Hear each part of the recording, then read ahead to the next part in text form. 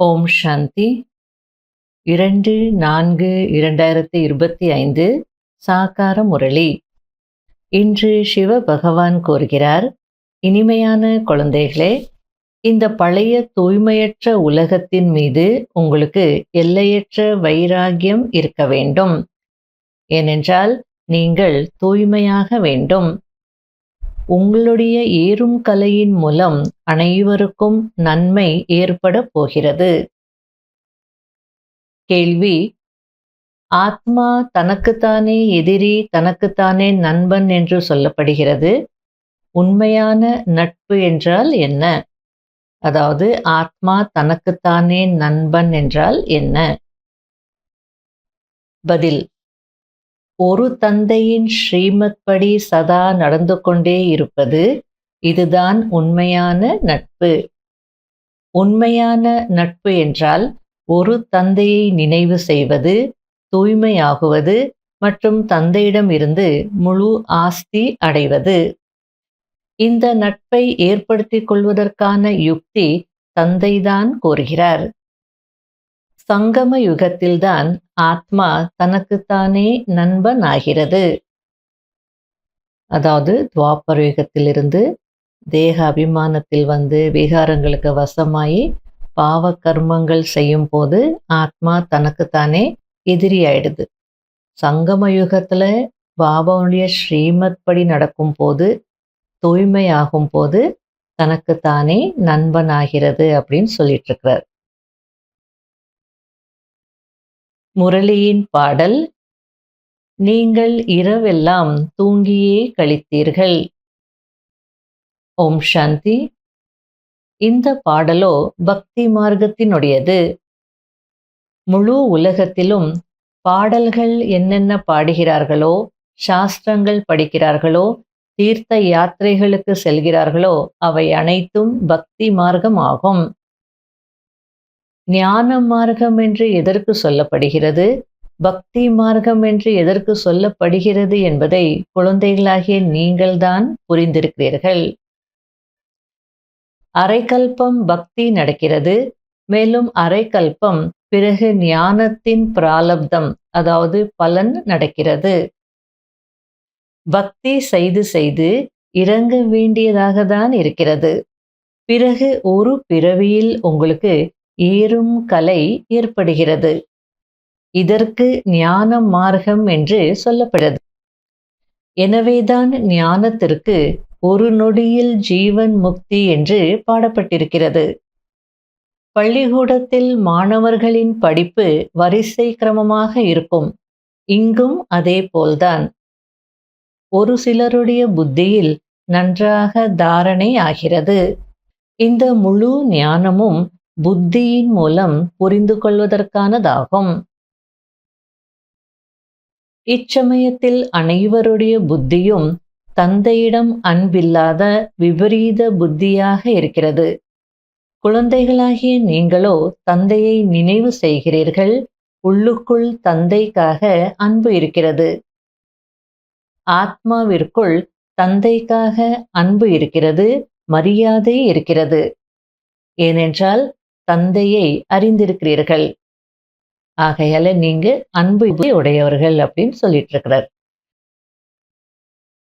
பிரம்மா மூலமாக ஸ்தாபனை. எனவே சிவபாபா அவசியம் பிரம்மா மூலமாக தான் ஞானம் கூறுவார்.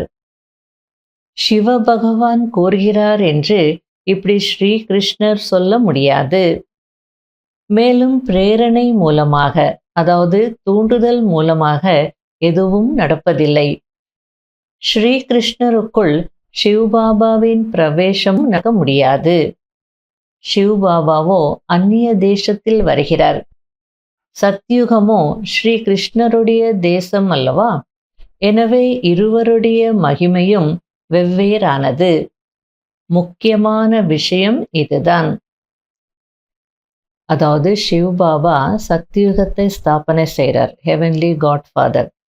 அவர் உருவாக்குற சொர்க்கத்துல, அதாவது அவருடைய தேசத்துல அவர் வரமாட்டார். நான் அந்நிய தேசத்துல தான் வருவேன் அப்படின்னு சொல்றார். ஆகையில சிவபாபா கிருஷ்ணருக்குள்ள வர வேண்டிய அவசியமும் இல்லை, வரதுக்கான வாய்ப்பும் இல்லை. அந்நிய தேசத்துல ஸ்ரீகிருஷ்ணர் வர முடியாது. ஸ்ரீகிருஷ்ணர் அவருடைய தேசத்துல தான் வர முடியும்.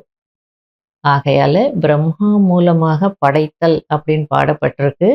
நான் பிரம்மா மூலமாக தான் வந்து புரிய வைக்கிறேன். மற்றபடி பிரேரணையின் மூலமாக கூட எதுவும் நடக்காது அப்படின்னு சொல்லிட்டு இருக்கிறார். ஆகையால கிருஷ்ணருடைய மகிமை, சிவபாபனுடைய மகிமை வெவ்வேறு அப்படின்றது புரிஞ்சுக்கிட்டு மற்றவங்களுக்கும் புரிய வையுங்க அப்படின்றார். நான் படைப்பவன் என்று மனிதர்கள் சொல்ல முடியாது. நான் மனித சிருஷ்டியின் விதை ரூபமாக இருக்கிறேன் என்று சுயம் தந்தை கூறுகிறார். நான் ஞானக் கடல், அன்பு கடல், அனைவருக்கும் சத்கதி அளிக்கும் வள்ளலாக இருக்கிறேன் என்று பாபா கூறுகிறார்.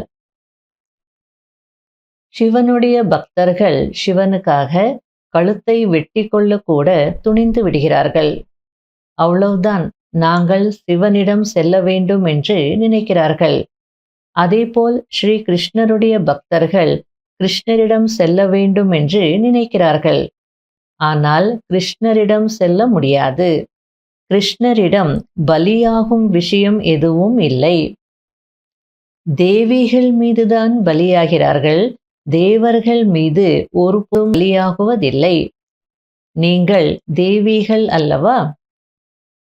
நீங்கள் சிவபாபாவினுடையவர்களாக ஆகியிருக்கிறீர்கள். அதாவது சிவபாபா மீது பலியாகிறீர்கள். சாஸ்திரங்களில் ஹிம்சைக்குரிய விஷயங்களை எழுதிவிட்டிருக்கிறார்கள். பாபா நல்லா புரிய வச்சிட்டு இருக்கிறார். தேவதைகளுக்கு யாரும் பலியாகதில்லை. அதாவது தேவர்களுக்கு அல்லது ஸ்ரீ கிருஷ்ணருக்கு யாரும் பலி கொடுக்கறதில்லை, பலியாகிறதும் இல்லை. சிவபாபாவுக்கு பலியாகிறாங்க, மற்றபடி தேவிகளுக்கு பலி கொடுக்கறாங்க அல்லது பலியாகிறாங்க. அதற்கு காரணம் என்னன்னு பாபா அழகா புரிய வச்சிட்டு இருக்கிறார். நீங்க தேவிகள் தானே அப்படின்னு கேட்கிறார். நீங்க சிவபாபாவினுடையவர்களாக ஆகி இருக்கிறீங்க, அர்ப்பணமாகி இருக்கிறீங்க. ஆகையால அவங்களும் தேவிகளுக்கு பலி கொடுக்கறாங்க. அதாவது ஆரம்பத்துல தாய்மார்களும் சகோதரிகளும் தான் பலியானாங்க, அர்ப்பணமானாங்க. சகோதரர்கள் குறைவாக தான் இருந்தாங்க. இப்போ கூட சரண்டர் லிஸ்ட்னு எடுக்கும் போது சகோதரிகளுடைய லிஸ்ட்டும் தாய்மார்களுடைய லிஸ்ட் தான் அதிகமாக இருக்கும். சகோதரர்களுடைய லிஸ்ட் குறைவாக தான் இருக்கும். இப்போ மெஜாரிட்டி அந்த தேவிகள் சகோதரிகள் அப்படின்றதுனால பாபா தேவிகளுக்கு பக்தியில கூட பலி கொடுக்குறாங்க அல்லது பலி ஆகிறாங்க அப்படின்னு சொல்லிட்டு இருக்கிறார்.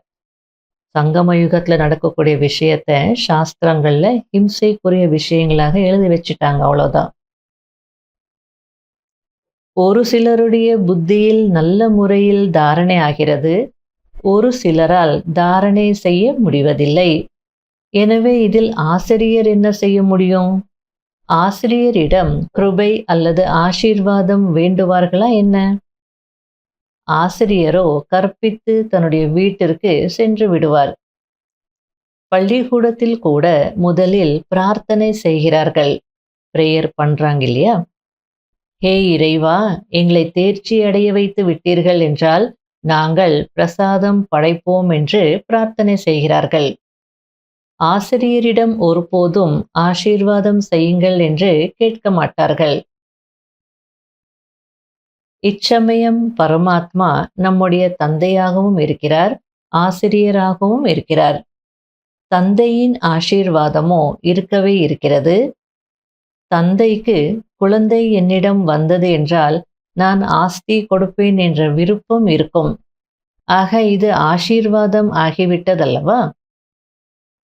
இவ்வளவு அழகா பாபா புரிய வச்சிட்டு இருக்கார். லௌகீகத்துல கூட ஒரு தந்தைக்கு என்ன விருப்பம் இருக்கும், ஆசை இருக்கும்?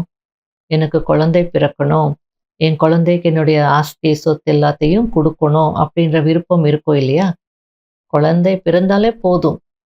அதுபோல இங்கே நம்ம பாபாவிடம் வந்தாலே போதும், பாபாவினுடையவர்களாக ஆனாலே போதும், பாபா தயாரா இருக்கார் ஆஸ்தி கொடுப்பதற்கு. அதனால தந்தையினுடைய ஆசீர்வாதம் இருக்கவே இருக்கு அப்படின்றார். மற்றபடி டீச்சர் அப்படி நினைக்கிறது இல்லை. மாணவர்கள் வந்தாலே போதும், அவங்கள பாஸ் பண்ண வச்சிடுவேன் அப்படின்னு நினைக்க மாட்டாங்க. படிப்பு சொல்லி கொடுப்பாங்க, போயிடுவாங்க. நல்லா படிச்சு அவங்க பாஸ் ஆகணும், அப்போதான் பதவி கிடைக்கும். அந்த அர்த்தத்துல பாபா புரிய வச்சிட்டு இருக்கிறார். இப்பொழுது குழந்தைகளாகிய உங்களுடைய புத்தியில் தந்தையுடன் தொடர்பு இருக்கும் காரணத்தினால் வெளிச்சம் வந்திருக்கிறது.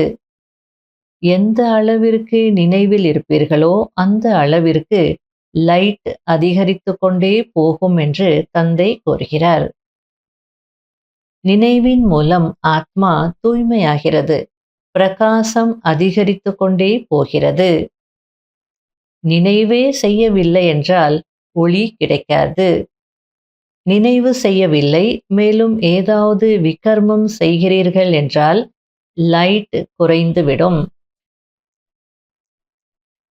நீங்கள் சத்தோ பிரதானமாக ஆகுவதற்கான முயற்சி செய்கிறீர்கள். இது மிகவும் புரிந்து கொள்ள வேண்டிய விஷயங்கள் ஆகும். நாம் புது உலகத்திற்கு செல்கிறோம் என்ற குஷி குழந்தைகளாகிய உங்களுக்கு சதா இருக்க வேண்டும். இந்த நரகத்தில் இது உங்களுடைய கடைசி பிறவியாகும். இந்த கண்களால் எதெல்லாம் பார்க்கிறீர்களோ அது பழைய உலகம், பழைய ஷரீரம் என்பதை புரிந்திருக்கிறீர்கள். இப்பொழுது நாம் சத்யுகமாகிய புதிய உலகத்தில் புதிய ஷரீரம் எடுக்க வேண்டும்.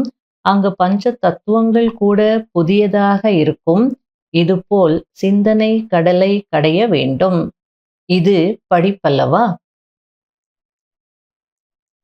இந்த படிப்பு கடைசி வரையிலும் நடக்கும்.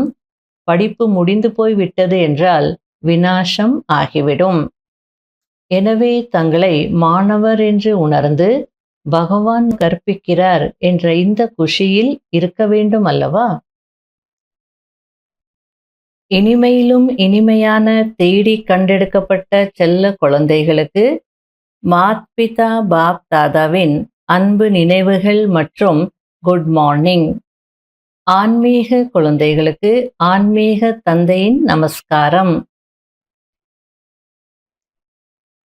கடைபிடிக்க வேண்டிய முக்கியமான சாராம்சம்.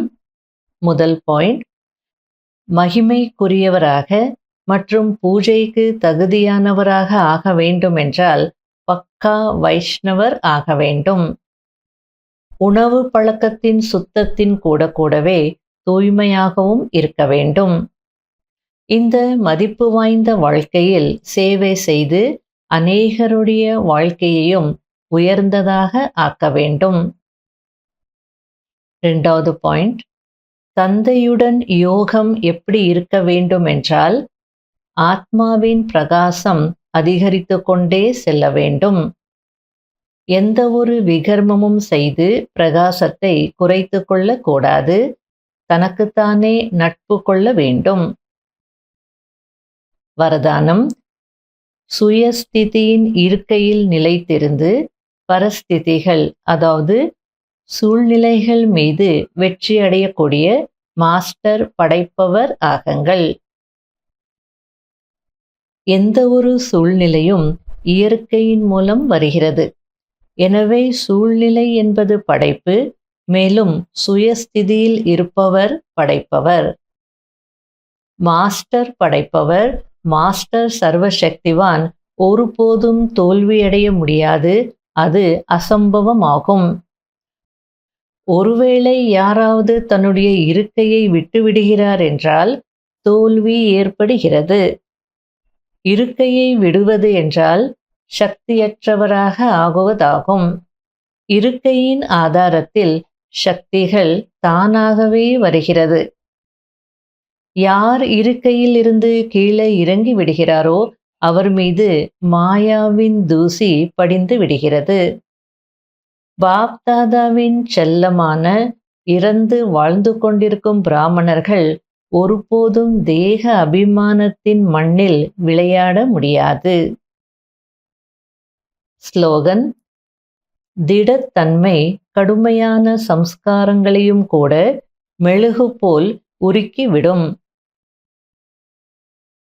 அவ்யக்த சமிகை, எப்படி ஞான ஸ்வரூபமாக இருக்கிறீர்களோ அதுபோல் ஸ்நேக ஸ்வரூபம் ஆகுங்கள்.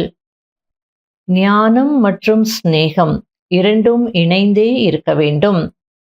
ஏனென்றால் ஞானம் என்பது விதை, சிநேகம் என்பது தண்ணீர் ஆகும். விதைக்கு தண்ணீர் கிடைக்கவில்லை என்றால் பழம் கொடுக்காது. ஞானத்தின் கூடவே மனதின் சிநேகம் இருந்தது என்றால் பிராப்தி என்ற பழம் கிடைக்கும். ஓம் சாந்தி.